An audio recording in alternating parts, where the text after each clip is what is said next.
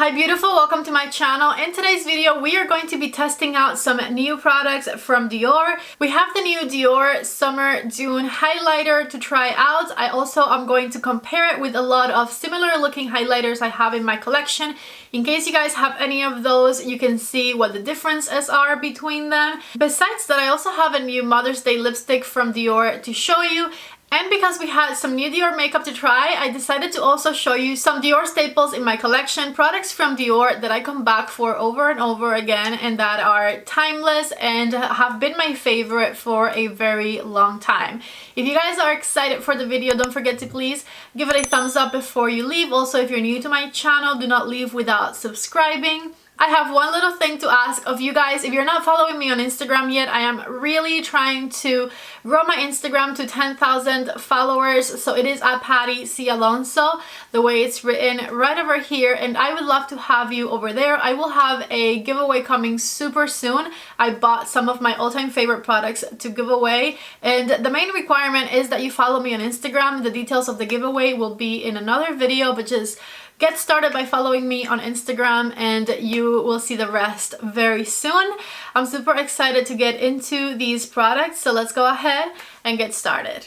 Let's go ahead and start the video by unboxing together because I had never ordered from the Dior website before and it came really specially packaged, so I wanted to open it with you guys. So this is what the box component looks like, and then they sent the makeup wrapped in this beautiful textured white Dior box. Let's go ahead and open this together. Okay, and that is what the inside looks like. Okay, so here is the highlighter and the lipstick. Here's the highlighter I ordered, and it's the DiorSkin Nude Luminizer Summer Dune. It's a limited edition collection. It comes in a velvet navy little pouch. And it says that this highlighter is an ultra sparkling glow powder infused with pearlescent pigments. Here's what the compact looks like, and this is the inside of it.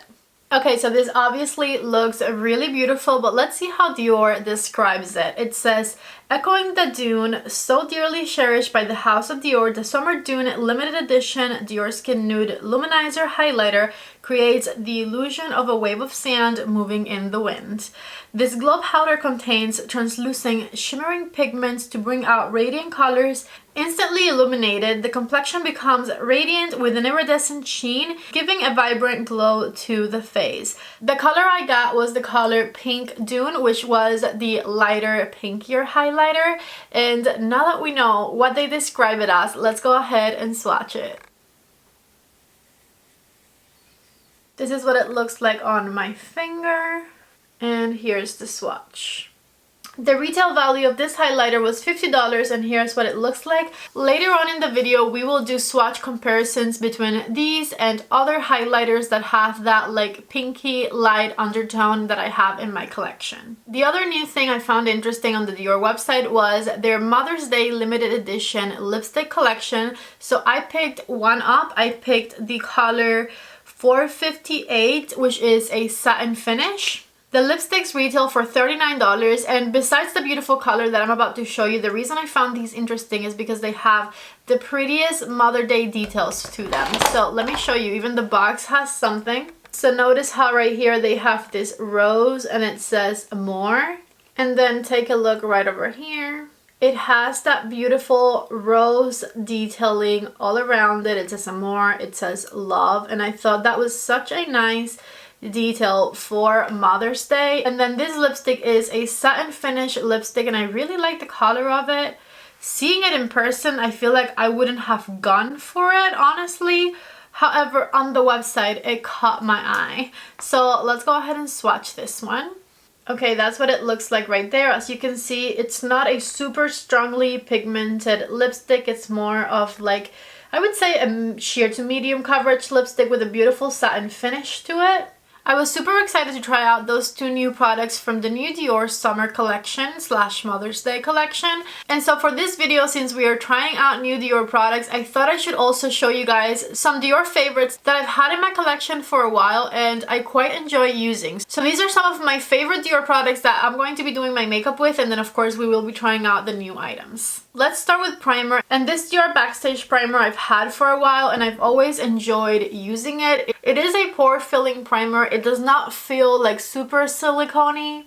It makes my pores look diminished and it makes my face feel hydrated. I really like the finish of this primer too. Even though it feels very hydrated, it has a very natural finish to it. It's not exceedingly glowy and it's also not matte. I think the Backstage makeup collection from Dior is exclusive to Sephora, but I will have links to everything I'm using in this video down in the description box. So if you're interested in trying any of these products, then make sure you check the description box below because I will have everything organized and linked for you guys down there. Next, I'm going to be using my Charlotte Tilbury Hollywood Flawless Filter. I'm showing you all my favorites from Dior, but I'm still going to combine them with some other products that I like to use with them. I like to put my Hollywood Flawless Filter on specific places on my face so that when I put makeup on top, things look nice and glowy in those spaces.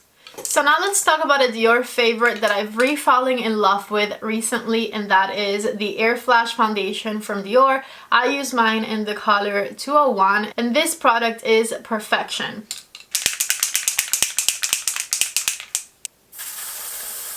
It has a beautiful medium to full buildable coverage, yet it looks so natural on the skin. By the way, I'm using my BK Beauty 101 brush to apply it. I love how this one blends so nicely and it looks so natural on the skin. To correct my under eyes, I'm going to be using my Charlotte Tilbury Magic Vanish Corrector, and I'm going to just stamp the color right where my under eyes are a little bit purple. And the inner corner right here because I usually have a lot of darkness in there. While I've used and liked the Dior concealer, it's not necessarily a favorite for me. So for concealer, I'm going to use my trusty Pat McGrath concealer. And I'm just going to dot it or swatch it right here underneath my eyes. And I'm blending it out with my Sonia Kashuk sponge. To set right under my eyes, I'm going to use my Pat McGrath Under Eye Setting Powder. And this is a REPHR number 18 brush, which is my favorite to apply powder underneath my eyes with. For powder, I have something I've really been enjoying lately, and that is the Dior Backstage Face and Body Powder No Powder. I have mine in the color 2 Neutral, and I'm going to be applying it with my 106 brush from BK Beauty, and I'm just going to go around it, and I'm tapping it all over my face. This powder doesn't have a color to it. It's not going to offer you extra coverage. However, it does leave your skin set and with a really beautiful natural finish to it. And my newest Dior obsession is, of course, the bronzing powder. I have mine in the color 5 and it works wonders for me. It's not too dark, not too light. It blends out really nicely and it is such a smoothing bronzer. I've honestly really been enjoying it lately. So I'm going to apply it with my favorite bronzer brush, which is my REPHR number 24. And I kind of like sculpting my face with it as well, so I don't go below the hollow of my cheek right here so that it helps me look a little bit more sculpted. Okay, so forehead, cheeks, and jaw, I'm all bronzed up. I also did the sides of my nose a little bit, nothing too precise. I just don't like my nose to be like pale in comparison to my face. You know, if you are going to apply bronzer, you gotta do it everywhere.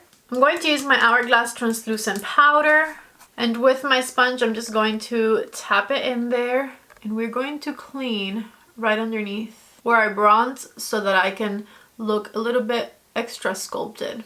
I'm also going to do my nose. I don't have any Dior blushes in my collection, so I'm going to be applying my Pillow Talk blush from Charlotte with my favorite blush brush, which is the number 5 brush from REPHR. Now, this brush is currently 50% off on the REPHR concept store, so of course I'm going to leave you the link to it below because this is the greatest blush brush ever. So make sure you check it out because it just actually won the InStyle magazine award, I think it was, and that's why they put it on sale. Besides my cheeks, I like to do a little blush right here and where the bronzer meets my skin on my forehead. Like barely any though, don't do too much. I'm gonna do a little on my nose as well. And let's take off the translucent powder.